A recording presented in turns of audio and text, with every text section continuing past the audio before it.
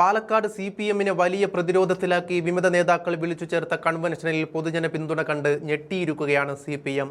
കൺവെൻഷനിൽ പങ്കെടുക്കരുതെന്ന് നേതാക്കന്മാർ അണികൾക്ക് നിർദ്ദേശം നൽകിയെങ്കിലും നിന്നെയൊക്കെ പാഠം പഠിപ്പിക്കുമെന്ന നിലപാടിൽ അണികൾ കൂട്ടമായി കൺവെൻഷനിലെത്തി. വടക്കാഞ്ചേരിയിൽ CPM-നെ കുടുക്കിയ വോയിസ് ഓഫ് വടക്കാഞ്ചേരിയിലെ അംഗങ്ങളും കൺവെൻഷനിൽ പങ്കെടുക്കുന്നുണ്ട്. ഇതിനെല്ലാം പുറമെയാണ് പാലക്കാട് CPM-ന്റെ ഒരു കാലത്തെ മുഖമായിരുന്ന PK ശശിയുടെ വരവ്. അത് CPM-നെ വലിയ പ്രതിസന്ധിയിലേക്ക് തള്ളിവിടുന്നുണ്ട്. മണ്ണാർക്കാട് നിന്നുള്ള നേതാവാണ് ശശി. ശശിയുടെ സ്വാധീനത്തിൽ നിരവധി ബസ് പിടിച്ചാണ് അണികൾ വിമത യോഗത്തിന് എത്തിയിരിക്കുന്നത്. CPM ജില്ലാ നേതൃത്വത്തോട് അതൃപ്തിയുള്ളവരുടെ നേതൃത്വത്തിൽ രൂപം കൊണ്ട മാർക്സിസ്റ്റ് കൂട്ടായ്മയാണ് യോഗം വിളിപ്പിച്ചിരിക്കുന്നത്. ജില്ലാ നേതൃത്വത്തിന്റെ പ്രവർത്തന ശൈലിക്കെതിരെ പ്രതിഷേധമുയർത്തി പാർട്ടി വിട്ടവർ അടക്കം പങ്കെടുക്കുന്ന കൺവെൻഷൻ പാലക്കാട് പാർവതി കല്യാണ മണ്ഡപത്തിലാണ് നടക്കുന്നത്.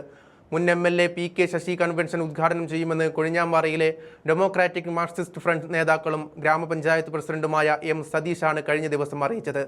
PK ശശി കൺവെൻഷൻ ഉദ്ഘാടനം ചെയ്യുമെന്ന് കാണിച്ച് പോസ്റ്ററും മാർക്സിസ്റ്റ് കൂട്ടായ്മ പുറത്തിറക്കിയിട്ടുണ്ട്. കൺവെൻഷനിലേക്ക് കഴിഞ്ഞ ദിവസം പ്രവർത്തകർ നേരിട്ടെത്തി ക്ഷണിച്ചെന്നും പങ്കെടുക്കുന്ന കാര്യം തീരുമാനിച്ചിട്ടില്ലെന്നുമാണ് PK ശശി അറിയിച്ചത്.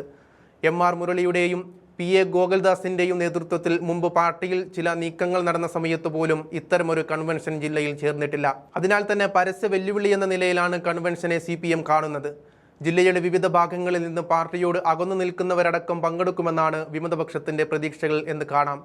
PK ശശിക്ക് സ്വാധീനമുള്ള മണ്ണാർക്കാട് മണ്ഡലത്തിൽ നിന്ന് മാത്രം 500-ലധികം പേർ പങ്കെടുക്കുമെന്ന് മണ്ണാർക്കാട്ടെ കൂട്ടായ്മ ഭാരവാഹികൾ അറിയിച്ചിട്ടുണ്ട്.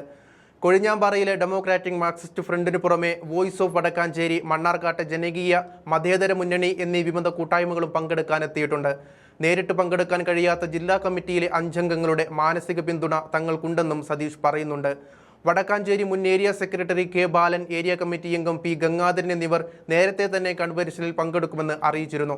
കഴിഞ്ഞ 2-3 വർഷത്തിനിടെ CPM ജില്ലാ നേതൃത്വത്തിന്റെ നടപടിക്കെതിരെ യഥാർത്ഥ പാർട്ടി പ്രവർത്തകരുടെ കൂട്ടായ്മയാണ് വ്യാഴാഴ്ച പാലക്കാട് നടക്കുന്നതെന്നും ഇത് ശക്തി പ്രകടന വേദിയായി കാണേണ്ടതില്ലെന്നുമാണ് വിമതരുടെ നിലപാട്. ബ്രാഞ്ചിലേക്ക് തരം താഴ്ത്തപ്പെട്ട PK ശശി ജില്ലയിൽ ഏറ്റവും കൂടുതൽ അവഗണന നേരിട്ട നേതാവാണെന്നും സതീഷ് പറയുന്നുണ്ട്.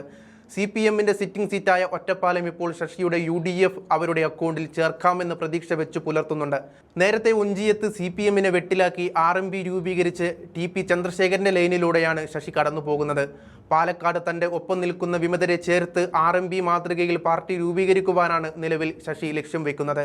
CPM-ന് വടകരയിലും ഒഞ്ചിയത്തും ചരമക്കുറിപ്പെഴുതാൻ അന്ന് TPക്ക് സാധിച്ചു.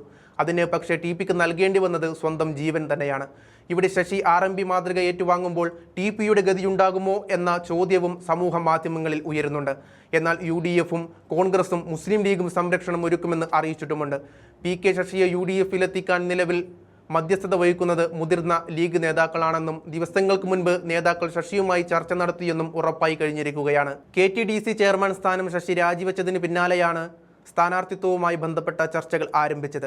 CPM സംസ്ഥാന നേതൃത്വത്തിൽ നിന്ന് ശശിക്ക് അനുകൂല നിലപാടുണ്ടായെങ്കിലും അതിന് പിന്നാലെയാണ് KTDCയുടെ തലവൻ സ്ഥാനം ശശി വെച്ചൊഴിഞ്ഞത്.